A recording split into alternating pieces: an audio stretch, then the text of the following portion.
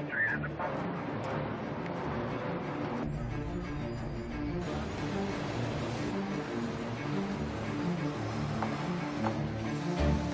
afternoon, and it's hit divers about 5 to 6 trucks.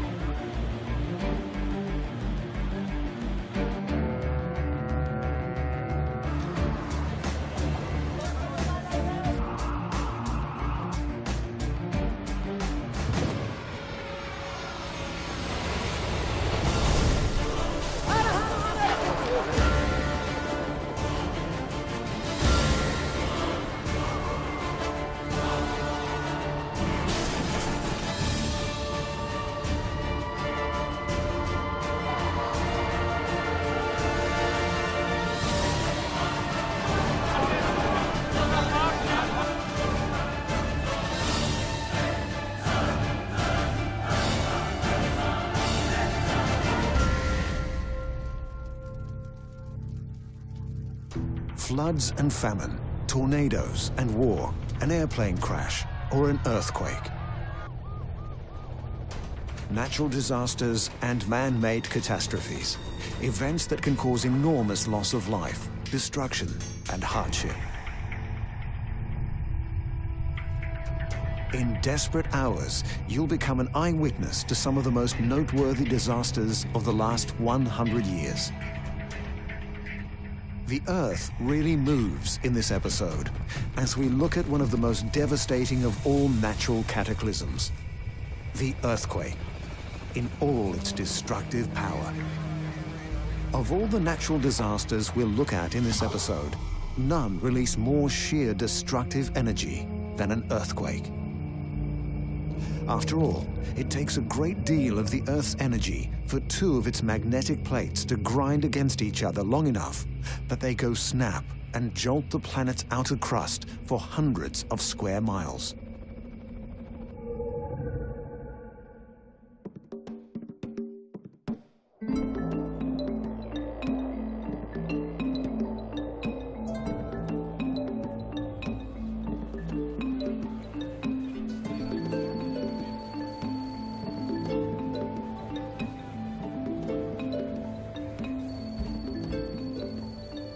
The world watched with great sadness the great horror and heart-rending aftermath of the 2015 earthquakes in Nepal.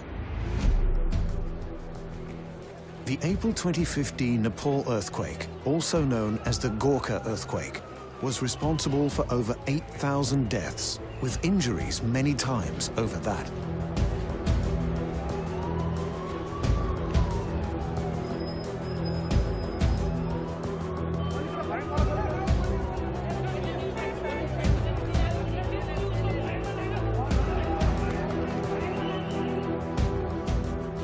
Because it was so suffocating inside, I couldn't breathe.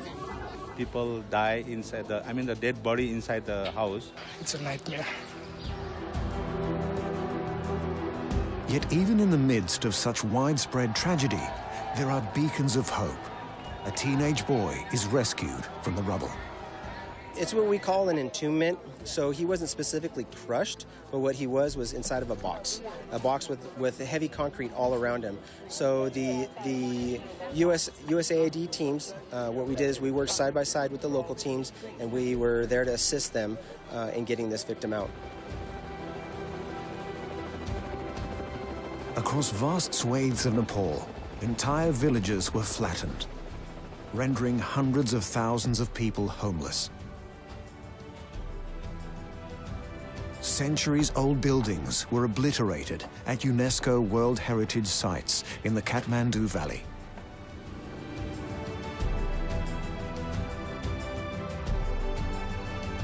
The April 2015 earthquake also triggered an avalanche on Mount Everest, killing at least 19 and making for the deadliest day on the mountain in recorded history.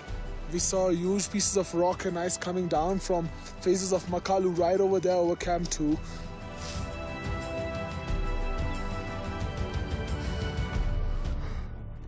Well, I'm pretty well fucked. I fell through that hole. Thankfully, I didn't keep falling that way. I got trapped here instead. this ledge, my arm I can't use. Another sign of distraction. People going through the rumbles, trying to figure it out if there's anything left. The initial earthquake's magnitude was registered at 7.8. It was followed by continuous aftershocks within 15 to 20-minute intervals. Aftershocks can occur from days to weeks to months and sometimes even years after the main shock. So, I mean, it's within the time period for sure to expect aftershocks like this. The capital city of Kathmandu, situated on a block of crust around 120 kilometers wide and 60 kilometers long, reportedly shifted 3 meters to the south in under 30 seconds. Thanks to this breathtaking footage, we can eyewitness this terrible tragedy.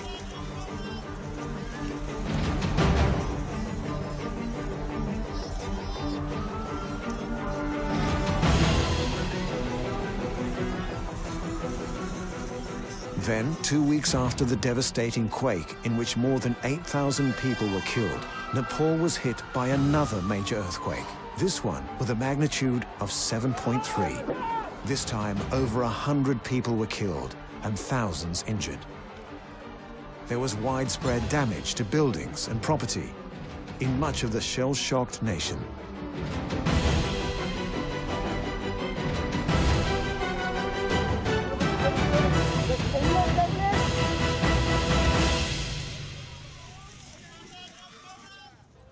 Earthquakes have always been with us, but it is really only in the last 50 years or so that their devastating impact has been captured so vividly, not only in photographs, but in moving images broadcast around the world, at first via television, and in the last 20 years or so over the internet.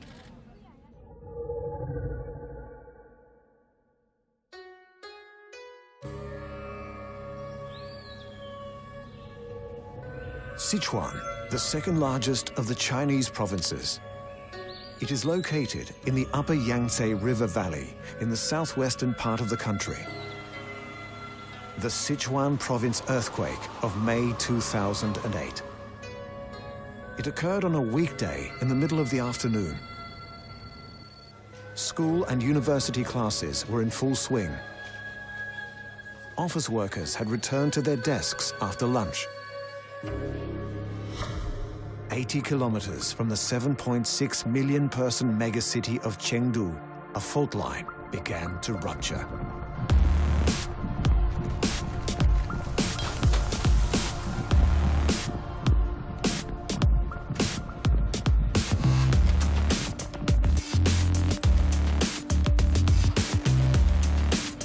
The resulting 7.9 magnitude earthquake in western China's mountainous Sichuan province would kill well over 8,000 people.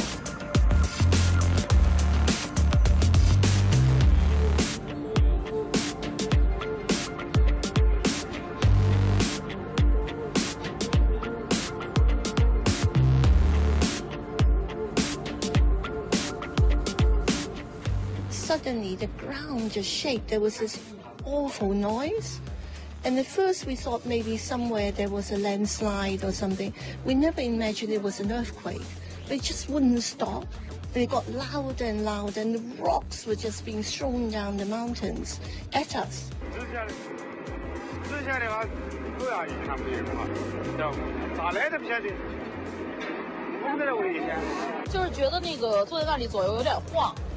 于是就是看看好像大家都有这种反应，于是就都出来了，因为原来有那个做过紧急的演习嘛。About 4,800,000 people were left homeless, and the scale of damage to property was estimated to be over $80 billion. When a disaster occurs on this sort of scale, it is hard to single out any one statistic as especially grim.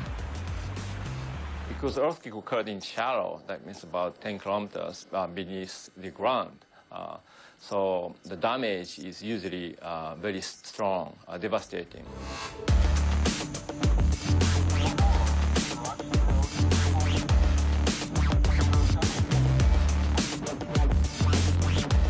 In the 2008 Sichuan province earthquake, an estimated 10,000 children were trapped under rubble when school buildings collapsed.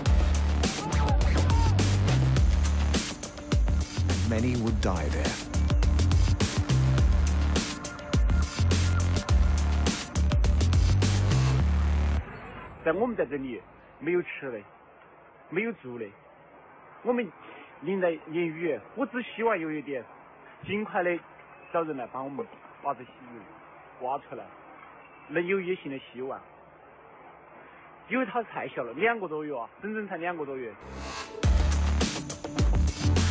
Unsurprisingly, there was a public outcry.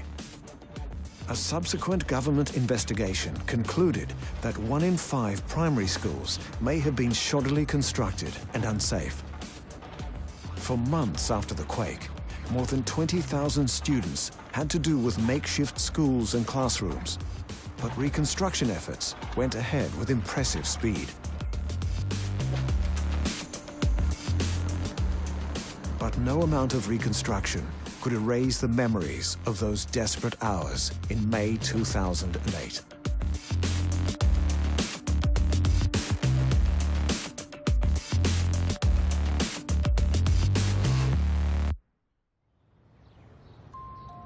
But what causes earthquakes? When people talk about a seismic shift, what are they actually talking about? At the very bottom of the oceans lie the uppermost layers of the surface of our planet. The Earth's outer layer is known as the crust. The crust covers the Earth's surface a bit like a cracked eggshell. The various pieces that make up the crust are called geological or tectonic plates. The tectonic plates fit together a bit like a jigsaw puzzle with some rough edges, known more scientifically as fault lines. The tectonic plates move continuously against one another.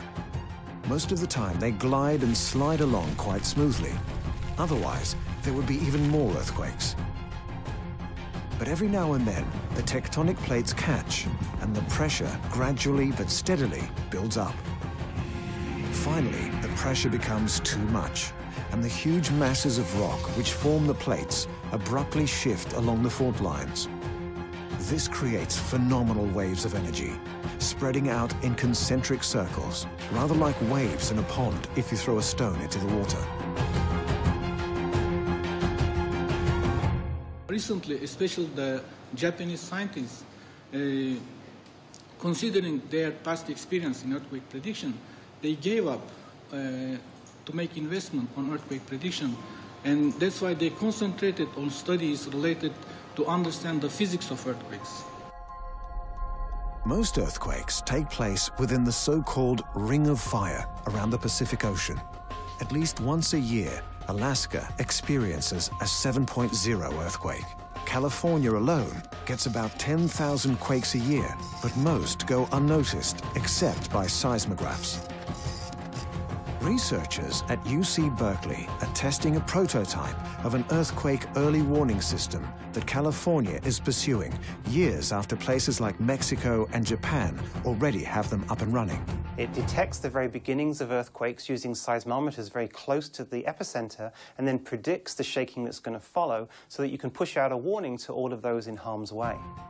Indeed, while it is thought that globally there are as many as 500,000 earthquakes every year, only around 100,000 register on the Richter scale, and only about 100 of these cause any visible damage.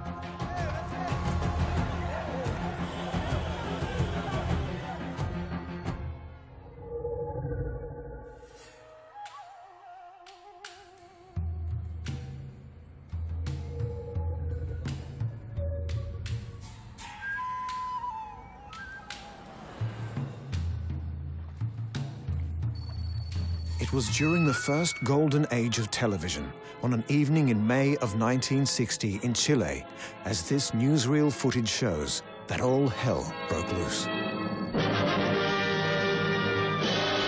Rubble and ruin in the Pacific port of Concepcion in Chile. which has suffered the worst series of earthquakes in all its history.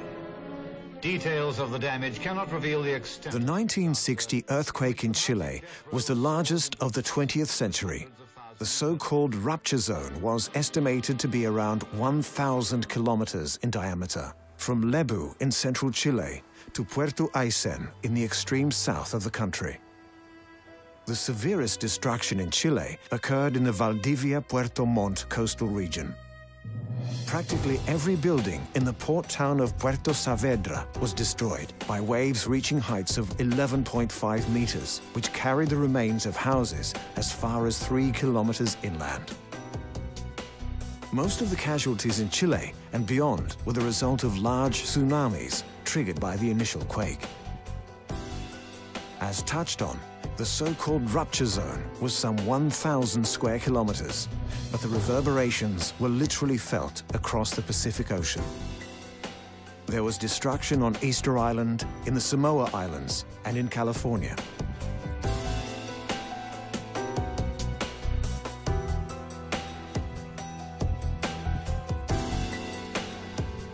In the destruction wrought by the 1960 earthquake, not only in Chile, but across the Pacific, the final death toll was 1,655 people.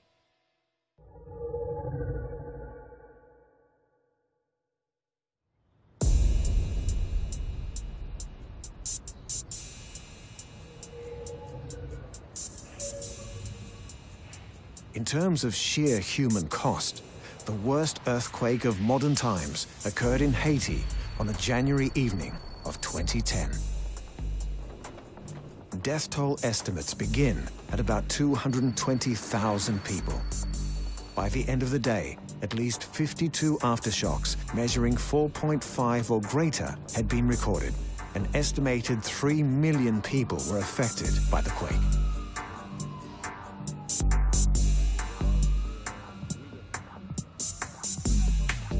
Haitian government sources estimated that 250,000 residences and 30,000 commercial buildings collapsed or were severely damaged.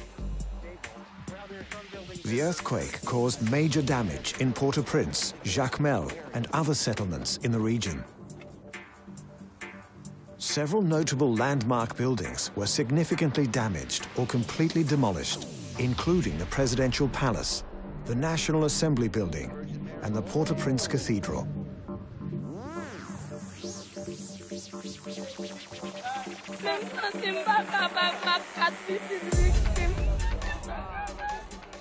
Apen magi avec madame moi. Ban ki sa pou m'fè, ban ki sa pou m'ba fè. Et madame Matel là, il y a 3 jours en jodi à la moi si mettre dehors en bas dédale.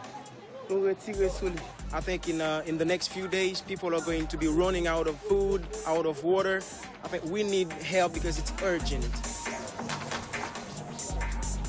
The mortuaries of Port-au-Prince were overwhelmed with tens of thousands of bodies, which had to be buried in mass graves.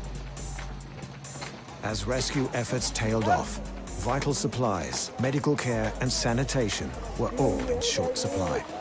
It's a very shallow earthquake, and that very shallow depth, coupled with the size of the earthquake, meant that there was very strong ground shaking. Actually, that fault is pretty similar to the San Andreas fault in the sense that it's what we call a strike-slip fault, where one side moves past the other in a horizontal fashion. Any major natural disaster brings tragedy. But in the case of Haiti, it seemed a particularly cruel twist of fate. Before the earthquake of 2010, Haiti was already a pretty desperate sort of place. To give some idea, only a third of the people in Port-au-Prince had regular access to drinking water. The island nation was 145th of 169 countries in the UN Human Development Index, making it the poorest in the Western Hemisphere. So when epic disaster struck, the Haitians were not well prepared, to put it mildly. Delays in aid distribution led to protests from aid workers and survivors. There were instances of looting and outbursts of violence.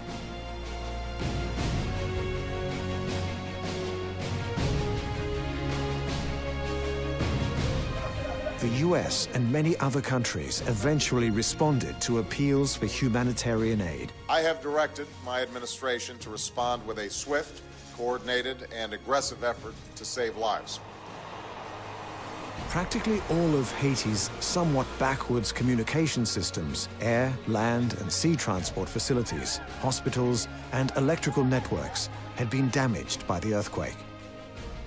The almost non-existent infrastructure and arguably some condescending attitudes on the part of relief agencies seemed to hamper rescue and aid efforts, with logistical problems such as air traffic congestion making matters still worse. Usually we have 150 doctors here for the hospital. Now I don't have 20. And yet, even in spite of recent political unrest, the indomitable island nation of Haiti has recovered to a perhaps unexpected degree. Most of the 1.5 million people displaced by the earthquake and living in makeshift tents now live in acceptable housing conditions. Haiti's reconstruction program is in full swing. Throughout Haiti, ambitious infrastructure programs are visible, including roads, bridges, and social housing projects.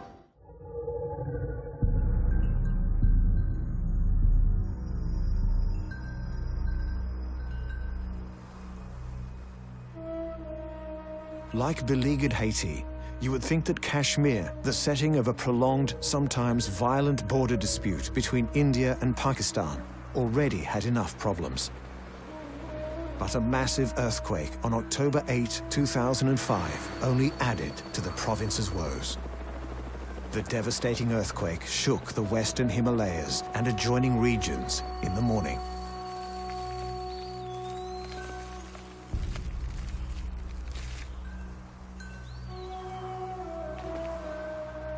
A magnitude 7.6 earthquake. It killed something like 80,000 people, injuring tens of thousands, and caused extensive damage in northern Pakistan, leaving millions homeless. आज सुबह इंतहाई शदीद किस्म का झटका ज़लज़ले का लगा है और हम फौरी तौर पर तमाम लोग जो बच्चे भी सोए हुए थे इधर-उधर उठकर बाहर आ गए और काफी देर तक ये झटके महसूस हुए और आज तक ये ऐसा ज़लज़ला हमने नहीं देखा। मेरे रिश्तेदार कम से कम अगर है ना 10-15 रिश्तेदार हमारे जो इसमें मर गए टोटली सारे मिला के कितने हज़ारों में ये इस टाइम तो 10,000 से कम 20-30 हज़ार से ऊपर है। I've lost my mother-in-law, my brother-in-law, his wife, his little baby child of 8 months, we've heard, my aunt, my 3 uncles, his son.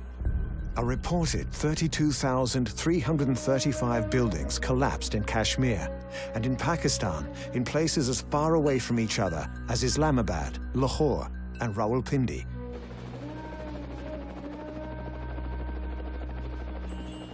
Across the border in India, at least 1,300 people were killed and 6,000 injured.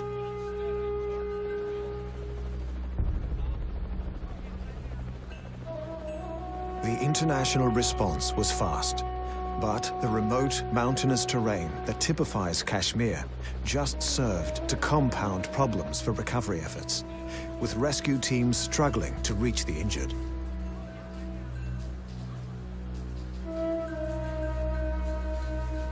As you can see, it's total devastation, and we're here to do what we can. We've just taken one live man from the house behind me now, and he's off to hospital, so we're going to pack up our stuff and go and look for somewhere else now. We're struggling because of the remoteness, we're struggling because of logistics, we're now struggling because of the weather and the terrain. You know, as a human being, as a human professional, these are absolutely desperate times. You know, we had torrential rain last night. I spoke to the General this morning at 2,000 metres here, which isn't far from here. Temperature was -3. These people were outside. They were wet. They're now cold. We're going to have people dying. We're going to have people coming down with diseases. Landslides and rockfalls damaged or destroyed mountain roads and highways, cutting off access to the region for several days. Even with today's technology, such as laser beams which detect plate movement, and a machine called a seismometer, earthquakes are still difficult to predict. As for being prepared, earthquake-proof buildings and roads, plus training in earthquake drills, all have their merits. Many a life has been saved in this way. But there are limits, especially when you take into account the awesome power of nature. Learning to live each day in the knowledge that desperate hours might just be around the corner is a vital part of what makes life so precious.